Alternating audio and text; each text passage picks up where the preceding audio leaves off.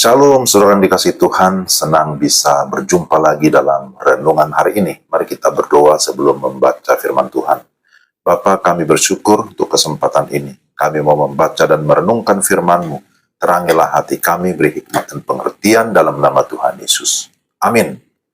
Pembacaan firman Tuhan dari Amsal 18 ayat 21. Hidup dan mati dikuasai lidah. Siapa suka menggemakannya akan memakan buahnya. Amsal 18 ayat 21. Tema kita, jagalah perkataanmu.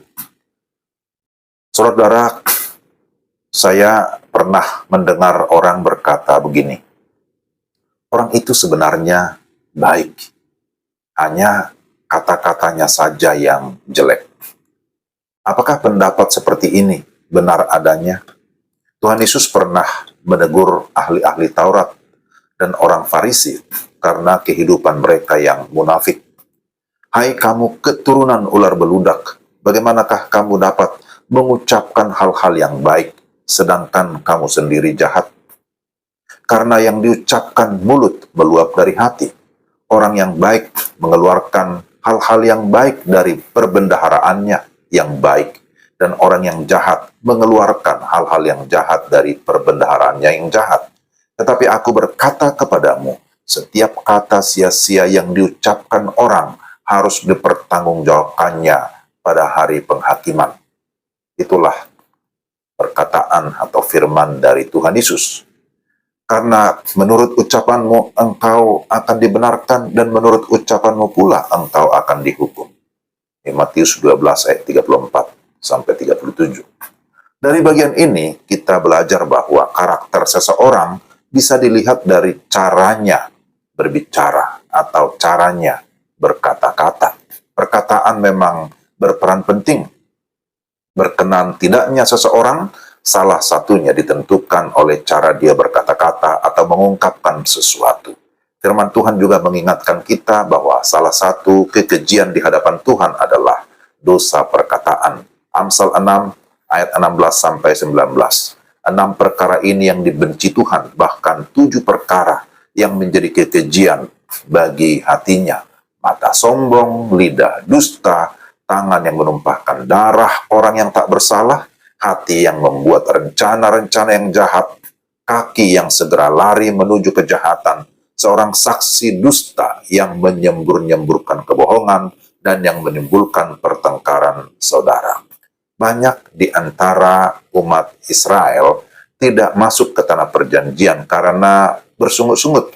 Mereka tidak memperkatakan kebenaran. Ini menjadi peringatan agar kita berhati-hati terhadap dosa perkataan seperti lidah dusta, menggerutu, menghujat, ataupun menista. Perkataan dosa akan dapat menajiskan, akan tetapi perkataan yang benar akan mentahirkan atau memurnikan kita. Lidah digambarkan seperti kemudi kapal yang besar yang membawa kapal tersebut ke arah tertentu. Lidah walaupun anggota kecil dari tubuh kita, namun dapat memegahkan perkara-perkara yang besar. Siapa yang suka menggemakannya atau yang mencintai kebenaran akan memakan buahnya, akan menikmati kehidupan yang berkualitas.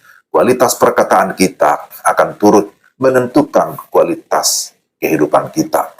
Melalui firman Tuhan ini, saudara dan saya diingatkan atau kita diberikan warning supaya kita sungguh-sungguh menjaga lidah atau menjaga perkataan kita sehingga kita tidak menjadi batu sandungan, tetapi sebaliknya ketika perkataan yang membangun, perkataan firman yang keluar dari hati kita, dari hidup kita, maka itu menjadi sesuatu yang berdampak positif, yang membangun sesama. Kiranya firman Tuhan ini meneguhkan kita. Mari kita berdoa. Tuhan, terima kasih untuk firman-Mu hari ini.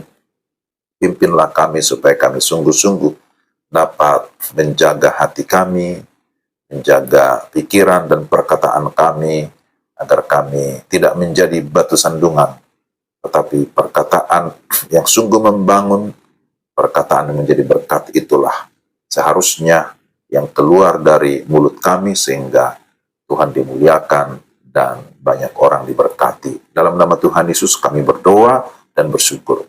Amin. Demikian renungan kita hari ini. Tuhan memberkati Bapak, Ibu, dan Saudara sekalian. Salam.